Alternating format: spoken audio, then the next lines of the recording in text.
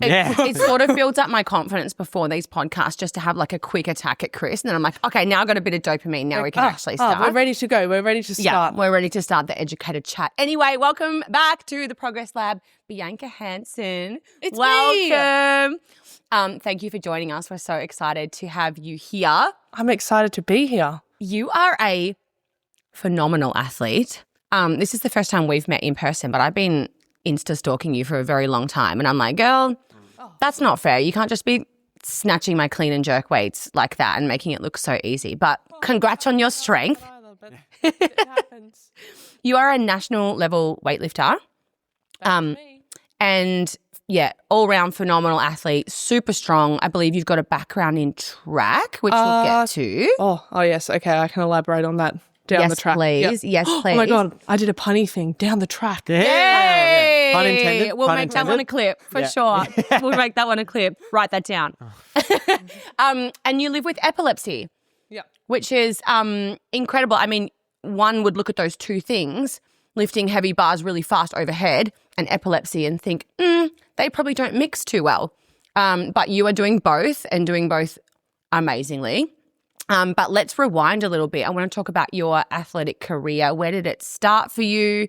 What's the story? Actually, this is a good story. So for me, I started doing athletics when I was 6. So I was always pretty good at sport. So that was kind of, I guess, an anchor in my life because that's something that I could do. I was diagnosed with epilepsy when I was about 9 years old. So when I was 8, I had a brain tumour.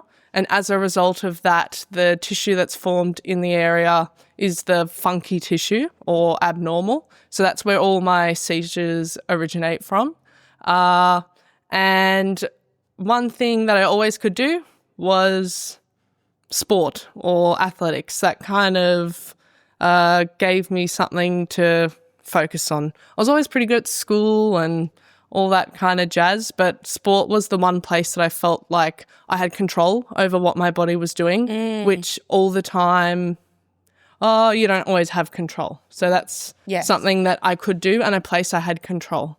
And I actually had epilepsy surgery again in 2012, so I was 13.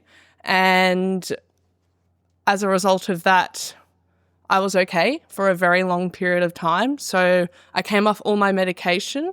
I was approaching the 10-year mark of being seizure-free. So I was able to drive, all that jazz. Amazing. And then things, I guess, started to occur or presented differently. So I thought maybe they were like panic or anxiety related attacks because previously though my seizures didn't present that way.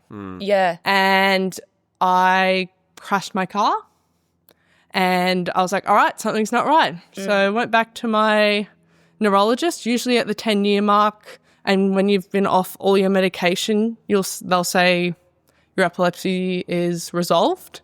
I went in for monitoring and pretty much all these panic kind of related episodes that I'd been having were actually seizures. But my brain has created a new network or pathway, which also involved the part of my brain which is called the temporal lobe, which regulates all like your flight or fight type response. So that's why I'd all of a sudden get like instantly really panicked. My hands and feet would get like grossly sweaty and I'd feel like pretty much the feeling is like doom. Quite intense. Yeah, it's doom. It feels like the world's going to end. I logically know there's nothing to be scared or afraid of, but you feel it in the body. My brain and my body is telling me that there's a threat or something is going to happen. Do we want to proceed with the rest of my life? Because there is a long story. Yeah, sure. I'm keen. Yeah, you just keep going, whatever works for you. So just taking it back, before or like during the period where I was seizure free and okay for a very long time, I represented Australia at the World Under-20 Championships. So I was a discus thrower. My athletics coach, his name was Gus Puopolo. So he introduced me all to the Olympic lifts and weightlifting. So Sets of 10, baby. Yeah. Oh, God. 5 sets of 10. That was all I knew, and it was terrible. 5 sets of 10 of squats, pulls, cleans, snatches. Don't get bench any press. ideas. Oh, I'm writing this down. It was terrible, but somehow I did it. I remember Survived. you'd have the first session back from having your little winter break, and the next day or the next week, moving was a struggle. Yeah. But that was something that I did, I guess, in the period of time that I was okay. Whilst I also was seizure-free and all right, I got pregnant and I had my daughter. So she is now 6 years old. She's a preppy. Woo. Yeah. And, now I forget. Then probably about when she was 2.5, that's when everything started up again and all these panicky type episodes and things like that. In hindsight, I am very glad that I had her when I did. I was only 20, but I was seizure-free, medication-free, and, well, healthy, because she is one of the reasons why I have chosen to stay as positive as I am, because I want to set a good example for her. But also I'm not sure if, I guess, I can have more children in the future. But she really... she's your anchor. She's my anchor. Yeah. And she is the reason why I'm like, okay, things are hard and they're not ideal, but we can still make do with what is happening. Yeah. It's incredible. And she is very compassionate. Oh. So I've had a few like bigger episodes in front of her, and she says, my mum is usually around. She'll be like, Nanny, Mummy's not feeling well. We need to come help. And she'll grab some tissues because, unfortunately, I also am a very slobbery mess when something like that is to occur, and she'll be dabbing my mouth. She'll be like, Mummy, all I want is for you to be healthy and better. And I'm like, I'm not going to cry. I'm not going to cry. Yeah. But she really motivates me to stay positive despite everything going on. Yes, that is incredible. So- that is amazing. Rewinding it back a little bit to the brain tumour. So that's where everything started for you in terms of the epilepsy. So am I correct in saying that the epilepsy itself occurred as a result of the brain tumour rather than you being born with epilepsy? Is that correct? That's correct. So some people, epilepsy can be genetic. So they have genes that make them more predisposed to epilepsy or having epilepsy. Some people, there is no reason why. They just have it. And I guess there isn't really any evidence or study to say this is why you have it. For me, I guess because I had a brain tumour, I'm like, okay, this is where it's coming from. So in my head, that kind of makes sense.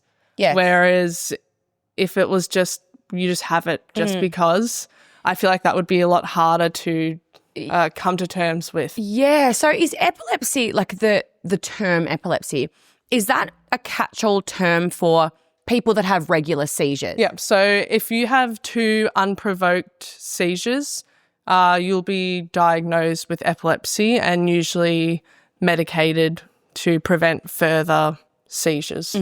Okay. And so back when you had the brain tumour, you were very, very young then, you were already doing athletics. Do you remember what, or have your parents sort of told you, like, what were the first things that started to occur as red flags for you? Red flags. Okay.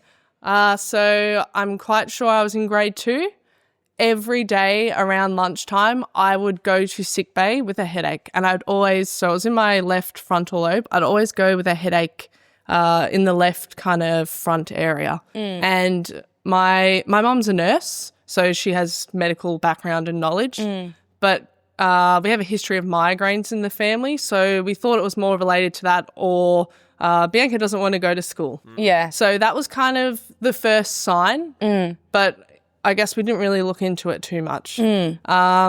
Then we had athletics registration day.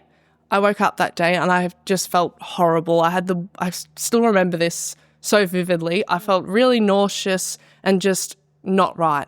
So I said to my dad, at the athletics registration day, you're running around having fun, giving everything a go.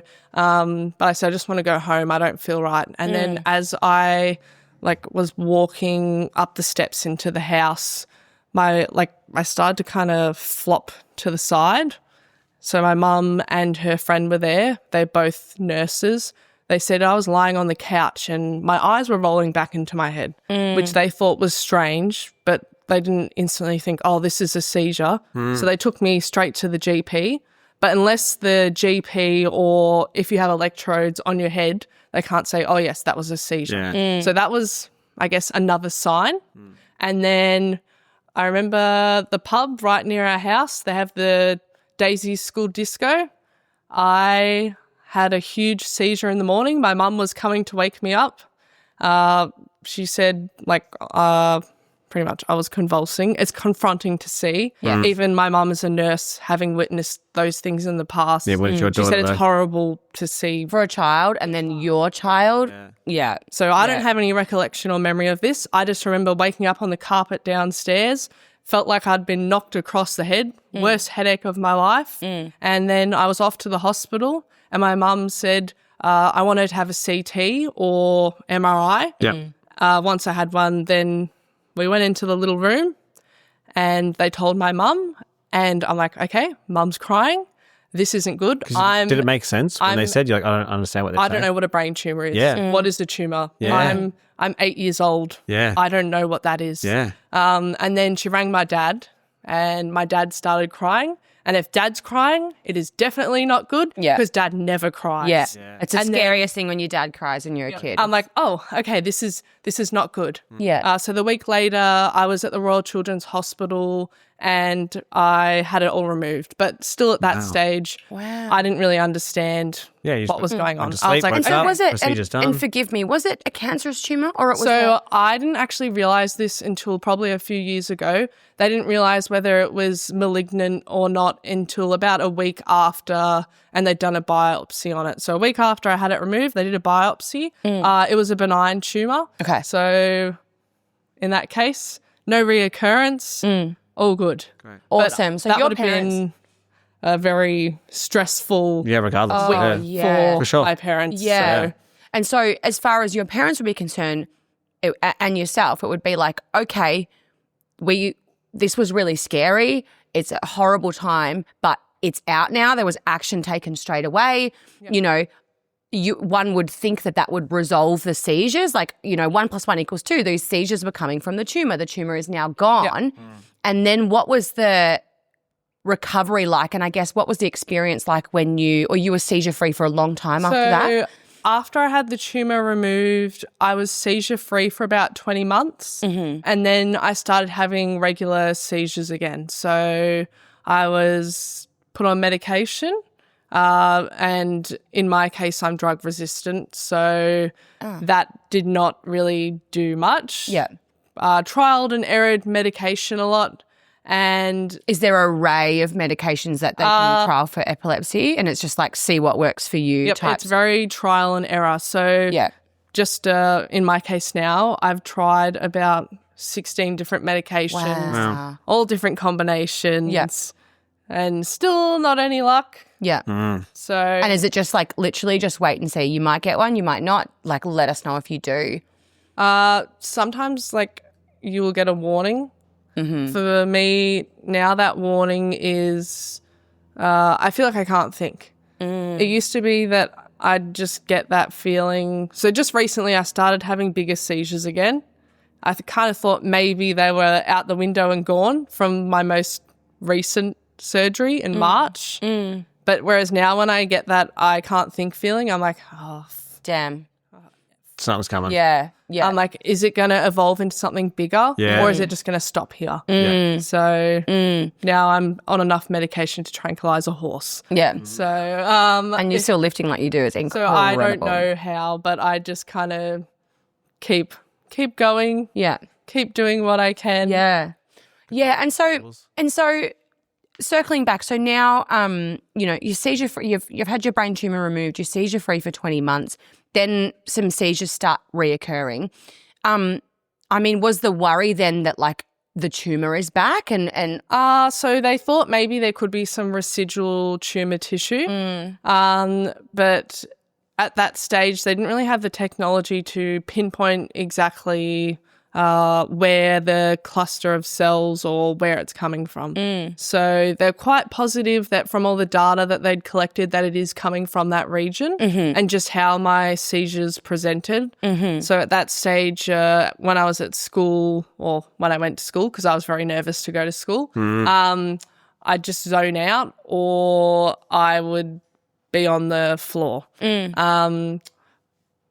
Oh my God, now I've forgotten the question. No, that's okay. Obviously no, it's so fun. Yeah. So they were thinking potentially the first thought would have been the tumour's back. And then, so from what you're saying, it's like, perhaps the cells, but not necessarily. So I had pretty much what they had to do or what the plan was, open up my head. At that stage, the technology that they had available was we're going to put an electrode mat over this area and detect where the cells or where it's coming from. But my brain was a bit of a mess from previous surgery, so they could not do it. So I'd have that electrode mat on my brain for the week, record all the activity. So they put it in hospital? Yeah, so in the hospital. Yeah. And like you're bedridden and all that fun stuff. Yeah. And how old were you so at this stage I was 13. Yeah. So I was in year 7. So starting high school was a bit of a challenge because I was very nervous. Yeah. But they couldn't do that because everything was a bit of a mess. There's like a sheath or something that sits over your brain and that's what they want to sit the mat under. So I was under the anaesthetic for 12 hours. They monitored it kind of on the spot and they removed what they thought was causing the activity. So they did that and I was okay for, nearly 10 years. And that was, I guess, just them removing what they thought. Yeah. And then this year in March, I had epilepsy surgery again, but now there's a technology available called a stereo EEG. So pretty much they drill all these holes within your scalp and they put these long electrodes in your brain and they're no wider than the tip of a pen and they'll record your brain activity for me, it was 10 days and all the activity was coming from within this frontal lobe area and that's when they discovered it had created a network with my temporal lobe also. And they can do this thing called thermocoagulation. So that's where they burn parts of your brain. So there's no pain cells within your brain. They do all these stimulation type tests to see, okay, when we do something to that part of the brain, can you still talk? So you're awake during this whole time? Yep, I'm awake this whole time. Not when they're putting the electrodes in, but when they're doing the testing. When they're doing the whole test, I'm awake. Wow. Bedridden for the 10 days. Yeah.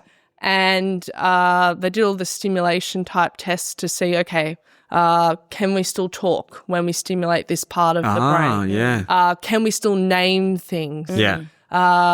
So they did some burns, and that is a very unique experience. So have you ever had popping candy? Yeah. So that's what it sounds like when they Coming burn, from your skull. Parts of your brain. Wow. And you're awake this whole time. Yeah, I'm hearing awake it. this whole time. Yeah, and you Like, can hear that the feels a popping bit candy funny. in your Yeah. brain. Oh, So my it's a really God. strange. It's a strange feeling because, well, obviously there's no pain and you don't feel anything, but it just sounds like popping rock candy, but in Out of your body. brain. And I was like, oh, Wow, that's crazy. And so I can imagine, and we're going to get through the sort of the light at the end of the tunnel that is you and just like how amazingly well you just get on with life. But I just want to talk for a second about, so you're seizure-free for 10 years and just that moment when you realise that the wheels are coming off again, I can imagine would have just been devastating. I was in mega denial. Yeah. I didn't want to accept that well, that's what it is. Yeah. So What was the first seizure back like? So I'd been having a lot of these panicky kind of episodes. Yep. When I'd have these panicky episodes, like I was still driving because I thought it was just a panic thing. So I would just pull over and let the feeling pass, and then I can just get on with my day, Like nothing like happened? anything else. Yeah. Yeah, wow. But then I was reversing. Ironically, I was picking up my friend that has epilepsy, and I was reversing out of her driveway. It was just in a small kind of side street. Yeah. And I remember putting the car into reverse, and then I just blacked out. And then when I came back with it, I'd smashed the back of the car into a tree. My daughter, Skylar, is in the back seat, so my friend just jumped out, grabbed her out. But when I come back with it, I'm really confused. I'm like, What's going on? Yeah. what's going on? I remember put the car into park and pulled up the handbrake. Yeah. And I'm like, what? Yeah. And then I hop out and look at the back of the car. I'm like, holy Christ. Okay, something's not right. So that's when I didn't drive from that point on and had some more, I guess, they call it an EEG. So that's when they record your brain waves. And all these episodes that I'd been having were panicky type episodes. But the not being able to drive part, originally, I guess that was very frustrating, but I don't want to hurt myself and I don't want to hurt anyone else on the road. So yeah. But just the, I can imagine just the grief that comes with you've got this sort of level of freedom that we all take for granted as adults. You know, we drive, you're a mother, you like just the sort of autonomy to be able to be like, I'm getting in the car and doing this or like whatever else. And then to not only have, I guess, confirmation from doctors like, hey, you're actually not out of the woods with this yet. Like we're back here, but also just have those kind of freedoms taken away overnight. Like I can imagine the grief that comes with that is heavy. It hits you really hard. Yeah. But I'm really lucky that I have a lot of people around me that are very supportive, which have made it less challenging. But you still grieve and miss those things of like, I just want to hop in the car and just jump down to the shop. Yeah. Or Cruise for a bit. Like, even just for me, I can't really be left alone for too long. So like someone always has to be like around me. So I just like miss just being 10 minutes by alone yourself, and having like space and peace. And then it's like you can do all these other things like, you know, you're a mum, you can go to the gym. I can sometimes go to work when I can get through the day. But I feel like I'm fully capable to do a lot of things when I'm at baseline and okay. But it's that what if this happens? Yeah. So It's that level of risk that just never goes away. Yeah. God, that's absolutely incredible. And so when you have a seizure, first of all, I'd love you to talk about, because I've heard you talk about this on your Instagram and I think it's great education for people. It doesn't always look the same as like convulsing, kind of falling down. Like what are the different ways that seizures in general can present and especially your seizures can present? So in my experience, usually they start within like, they call it like a focal seizure. So it starts or stays in one part of the brain. For me, it's usually within the frontal lobe. So I might... so you get that brain fog kind of feeling? Yeah, brain fog. So I feel like I can't think properly. Sometimes I might move, so it's my left side, and the left side of your brain and frontal lobe controls the right side of your body. Sometimes I might move like my arms or legs strange. So that's ones that I'm aware of. So they're called focal aware seizures because I'm aware that it's happening. And is that when you'll be like, guys, like something's... Oh yeah, I'll say, I'm not feeling right, or I'm not 100%. Yeah. Then there's ones where they're called focal unaware. So it's still staying within that same region of my brain, but I can't remember. So I've had a lapse in my memory. So my mum might be, sometimes she's like recorded them for me to see, but she might ask me questions like, what's your name? So like, what is my name? I'll be like, I'm not sure. I don't know. Skylar So might the be. body's awake, but the brain's Yeah, not. it's like the lights are on, no one's home. Yeah. And like Skylar, my daughter, she's sitting next to me. What's the name of the little girl sitting next to you? I don't know. What's the day today? Yeah. I'm not quite sure. Yeah. So I just, And do those seizures sometimes stay like that and then you come good, or does it always escalate into something more physical and more classic seizure? they can start or present that way, but then if the activity spreads, which it can in my case, that's when it becomes like a generalized or tonic-clonic seizure. So that's when you'll see like I guess what people are more aware of fall to the ground, convulsing. In my case, I don't have incontinence or anything like that, but some people can be incontinent. Lose control of all bodily functions pretty much. Yeah, yeah. And you're not aware during this time. It's like this black. time it's like black. No matter how hard I try to remember, it's just black. Yeah, it's gone. Yeah. Wow. And how often are you having these days? So for me, it's really dependent on, I guess, my hormones. But also sometimes, like at certain times in my cycle, I'm worse. So estrogen, which is something that you release when you are ovulating, that increases neuron excitability. So pretty much my neurons are already a bit too excited. Yeah, they're jumping around. Let's chuck some estrogen or extra estrogen in there, which make them even more exciting. Excitable, that sorry. is crazy. I didn't know that. The past like month, I've had about like 8. And we took the last month bigger like 30 seizures. days. Yeah, like Even within less. the past like 3 weeks now. It was a lot, and it was just out of nowhere. So I had one, which was the 10th of July, and you forget, because I hadn't had one since I was in the hospital, so for about 4.5 months, and you forget how much it takes out of your body. Yeah. So like all your muscles hurt, especially for me. My mum says I tend to like really tense up my shoulders and like neck. So it just like absolutely zaps your body of energy, and like physically it's like a whole body workout. So it's very exhausting and exerting. So when I actually last competed, which was on the 19th of July, the Friday morning, I remember my daughter came and lied in the bed next to me, and I was like, oh, she looks so cute and peaceful. And then the next thing, my mum's sitting at the end of the bed and she's like, you just had a big seizure. I was like, oh, man, come on, give me a break. And like my body had just recovered from the one that I had the week before. Yeah. So I was like, oh, man, And you were supposed to compete? No wonder why I still competed. You still competed? Yeah. Fuck that. Oh, my God. That is incredible.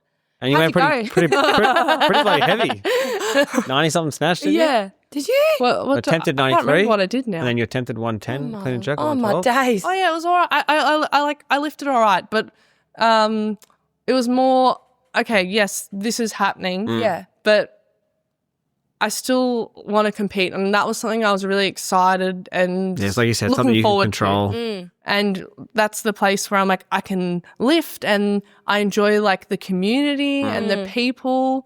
So I more just wanted to do it, I guess, to prove to myself, okay, yes, it's been a bit of a crap lead in this past week, but you can still Do something. make something and do something. Yeah. So That like is even if it's not amazing. like the heaviest weights in the Yeah. world or Yeah. whatever, it's like, okay, given the circumstances, Oh my just being God, out yeah. there, It's accomplishment itself. yes, I'm proud of myself for just showing up. Wow. And she's still lifting more than like all of us. Do you get a lot of people in your DMs asking you questions about it? Because I feel like the more you've shared over the last 12 months, I've seen more and more people, even just in the comment section, asking questions about it. And like, I only ever knew like a coach I used to work with, he suffered from epilepsy as well. And he would have rather big ones. So he wasn't able to drive as well.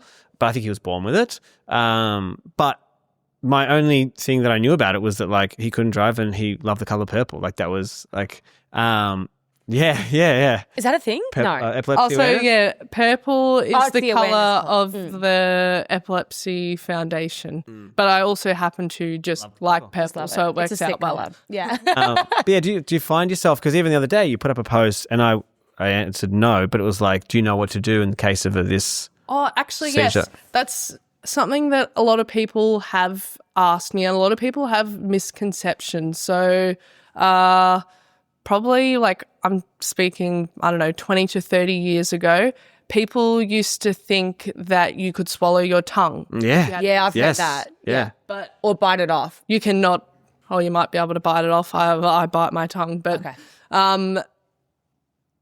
don't put anything Yeah. 'cause in people put, like, anyone's socks. mouth. Like Yeah. put socks in his mouth or I've heard things like that. Yeah. They're like, you can really like clench your jaw very hard. So it's like put socks in their mouth. My mum actually, when I had my first ever big seizure when I was 8 years old, my mum tried to stick her finger in my mouth. You bit it. Yes, and I bit Yes. it. So I've heard that. Don't put your fingers in Okay, mouths. so don't put.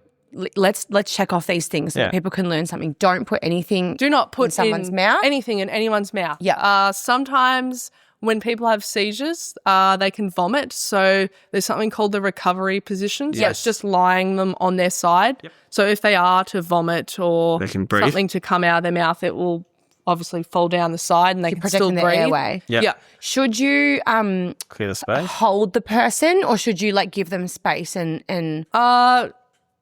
Not really hold the person, but if you have like a jumper or like if you're Something at to protect the home, head? like put something to put under their head so they don't hit their Bang, bang, head. yeah, but like up and down. don't hold them down or touch them so much. You there isn't really much you can do. Some people have like a rescue medication or something that you can put in their mouth. That's the only case when you would put something in their mouth. Yeah. But otherwise, you kind of just need to wait it out. Yeah. But if you're someone that has never witnessed or someone you're not familiar with, always just call the ambulance. Yeah. Yeah. Because that's the safest and best Yes. measure Yeah. to do. So yeah, that's what I was going to ask. So for someone like yourself, if you were around people that you know, like your mum and you know your people partner, I'm familiar etc., with. yeah, they probably not They'll going do to it, call yeah. the ambulance for yourself if it's just like a normal occurrence, right? And or one case, I guess, when you would call the ambulance, is if it is lasting longer than 5 minutes, or if I was to not recover within the next 40 minutes. So when I say recover, like cognitively, am I back on this planet and aware? You know, they're asking you the questions like, what's your name? Who's the person next to you? And you've So got she's the back. answers. Yeah. Yeah, okay. And then more than 5 minutes is like a red flag. Yeah, is that's like like a call the ambulance Yeah. because there's something called status epilepticus. I can't say it properly. I hope I said Sounded it right to properly. me. Yeah, yeah. Just something Yeah. like that. It's when a seizure lasts longer than 5 minutes, and that is a medical emergency. So you need the ambulance or some kind of assistance. Medical intervention. Yeah. Yeah. Yeah. And then just to reiterate, if you don't know them, if it's the first time they're having a seizure or you're unsure, just call 000. Yep, call Yeah. 000. Yeah. Yeah. Yeah. Awesome. Awesome. I want to talk about your training because I've mentioned it a couple of times, but you're a phenomenal lifter. Presumably you have a coach, you have a program, etc. What are some sort of common, I guess, changes and flexibilities that you need to have in your program based on what's happening with your epilepsy? It's kind of rock up on the day, Yeah. see how we're feeling and moving. So some days I feel quite shit. Yeah. Yeah. To put it lightly. Yeah. So like we might shift the focus more towards let's lift lighter weights but focus on being more technical. But then if we're feeling good, push it a bit. So it's really play it by ear. Yeah. Like if you're feeling good and you're on, let's push it a bit and maybe we'll go for some heavier singles or something like that. But if you're feeling mediocre or quite crappy, Yeah. let's focus more on, I guess, the technical side.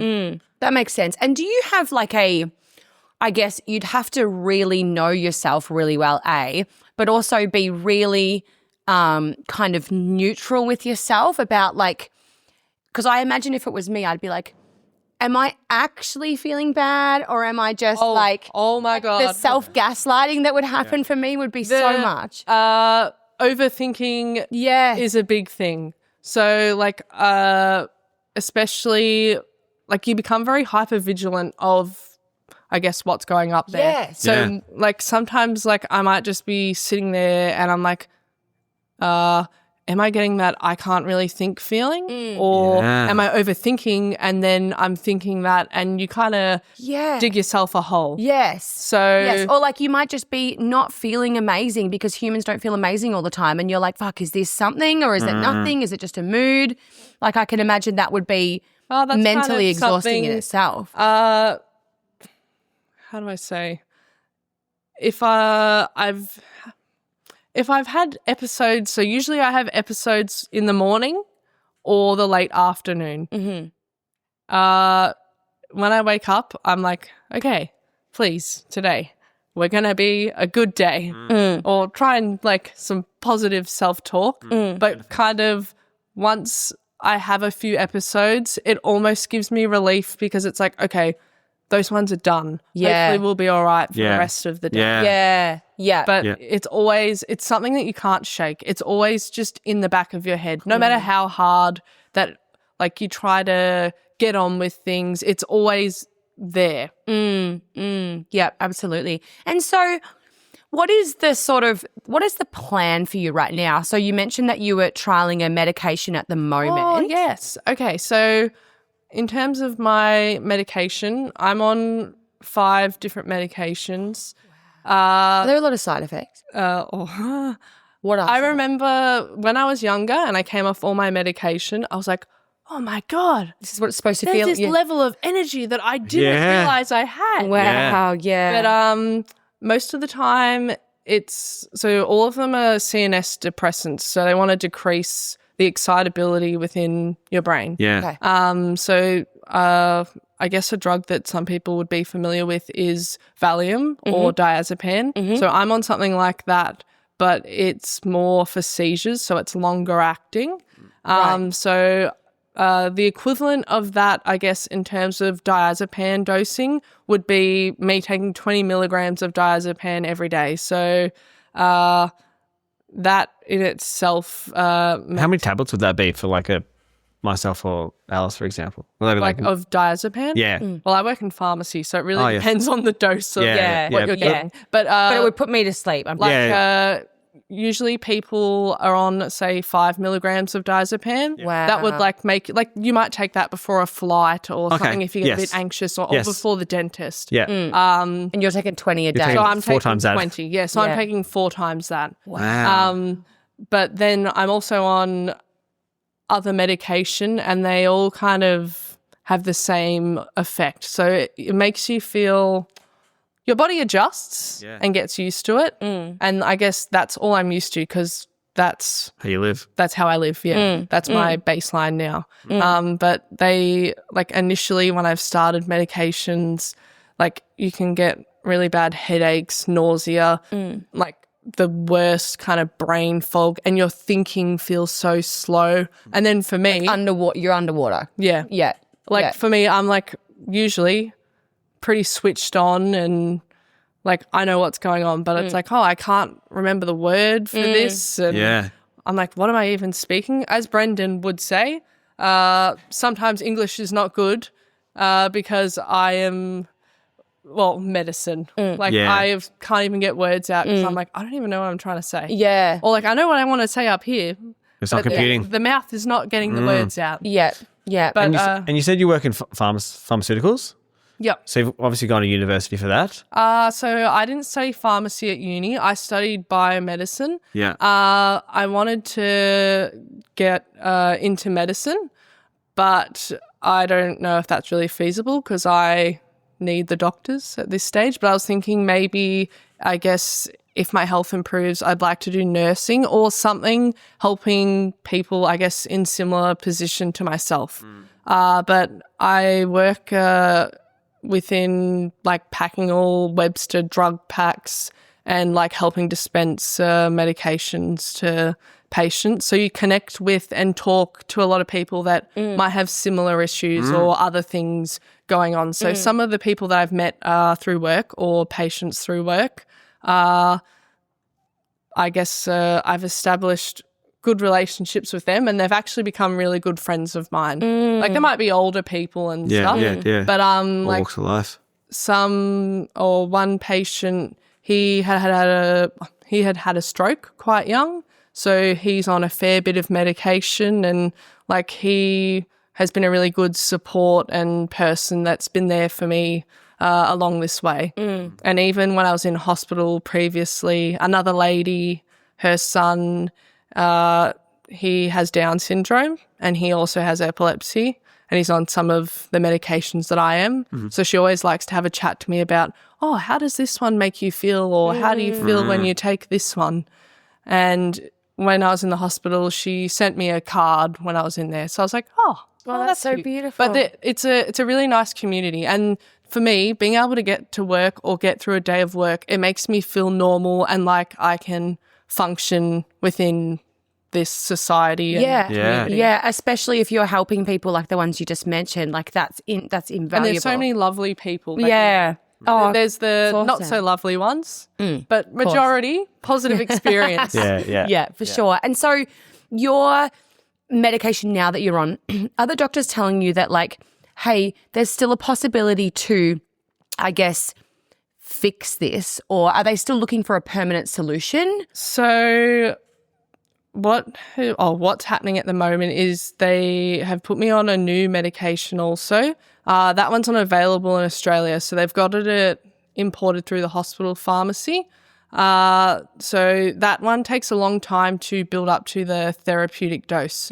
So at the moment, I'm about 2 to 3 weeks away from reaching, like, I guess, a dose that will make some kind of difference or improvement in seizure control. But ultimately, I don't want to be on this much medicine forever, and the neurologists and the other doctors do not want me to either. So if there is a fix or permanent solution, that is the route or the way that we'll go. So 1st of September, I go into the hospital and they want to capture, I guess, some of these newer seizures or ones since I had surgery in March, and I guess see if that data all aligns with what they've previously collected. And then from that, I guess they'll give me a decision as to whether, I guess, surgery or further surgery is an option. But otherwise, at the moment, we're kind of in a awkwardy Holding pattern almost, like limbo waiting to see what phase to see what the drugs happens. do the thing. And Yeah. Wow, incredible. And tell me about, I want to know what your goals are over the next few years. Athletic, life goals, goals with your daughter. Like, what are the things that you're like, I'm doing that shit? Well, my kind of only goal is just to be healthy. Yeah, awesome. That's it. Yeah. Like, what does that look like to you? Like, obviously, like, yeah. I would like to either say I had surgery and I still had seizures, but they were controlled with medicine and obviously not as much medication. That is a healthy or healthier version of me. If it could knock it off completely, that is an absolute win. Yeah. But I feel like whatever goals I have within the future are really dependent on what kind of course or path my health takes. Yes. So my number one step is just to sort my health out. Like, it'd be awesome to like make the Com Games or some kind of international like team and all that. But like my number one thing is I just want to get my health under control, because I feel like once that's more under control, it's less of a barrier to whatever else I want to pursue or do. Amazing. When you're preparing, not just competitions but in life, do you ever hear people complain about certain things and you're like, oh my God, this person's got nothing to complain about? Oh, brother. Yes. But Next question. Next question. I also think whatever anyone else is going through is subjective to the person. And however they choose to deal with that, that's on them. For sure. But I'm like, holy Christ, can we switch brains? Because live a day in my life, and then Yeah. yes, you might have some experiences to what a challenge is. Yeah. I mean, look, even after this chat, I'm walking into the gym when I feel like shit and my knees hurt, and I'm going to just shove that feeling so far down in the pit of my stomach. Yeah. Just to finish off, like what, I guess, would you hope that people that may not know anything about epilepsy or seizures, what would you sort of hope that they take away from this conversation? And part two, if people want to know more or this has intrigued them, where's the best place to go to sort out information? Okay. I guess to take away from this conversation, the most important thing is that hopefully people know what to do when someone has a seizure, because people can die when they have a seizure. So just knowing like seizure first aid or how to take appropriate action, I guess would be the hopefully number one takeaway. Yeah. And also just knowing that a seizure isn't just falling down to the ground and flashing lights and all that jazz. Because you gave us a percent before. What percent of people actually? Oh, yes. So people with photosensitive epilepsy, only 3 to 5% flashing lights are a trigger. So majority of people, flashing lights aren't a trigger. Usually, like for a lot of people, triggers are like lack of sleep, stress things like that. So pretty much living your life is a trigger. Yeah, being a human. I just find that thing that you said as well about the cycles in women and the hormones so fascinating. So there's something called, I think it's called I can't say this word either, catamenial epilepsy. Sounds so good some to me. people only have seizures at certain points in their cycle. So the fun never ends for us for women, me, does it? Honestly. I'm like, oh, now it's worse. God. But I just hope people, I guess, are more aware of, I guess, what epilepsy is. And there's not just one kind of type of seizure. I think as a statistic, there's over 40 different types of seizures. Wow. So that's a lot. And even if things in your life are not ideal, you can still do things, cool things, but it's all about your mindset. So physically, I can't control what my brain is doing or getting too excited and causing some fun seizure activity, but how you, I guess, look out on life and focus on the things that you can do. Because even if things are quite challenging and you feel down in the dumps, there's always some things in your life that you can focus on and you can do it. It might be even just as simple as like eating a dish or a piece of food that you really enjoy, or like just appreciating the small things. And like, I guess anyone in their life hopefully will not take their health for granted. Yeah. Because when your health is compromised, that is the one thing that you want so badly. Yeah. Yeah. Oh, that's amazing. What a way to finish. I just got a little goosebumps there. Just to finish. My nips just got a little bit hard, actually. Thank you so much, Bianca. This was such an amazing chat. So eye-opening. So nice to have you on the potty. Actually spoke so well. I'm really did. Yeah, you did. You smashed killed it. it, Yeah. girl. Yeah, You you smashed killed it. it. Yeah. That was awesome. Yeah, that was really cool. Thank you. Yeah. That was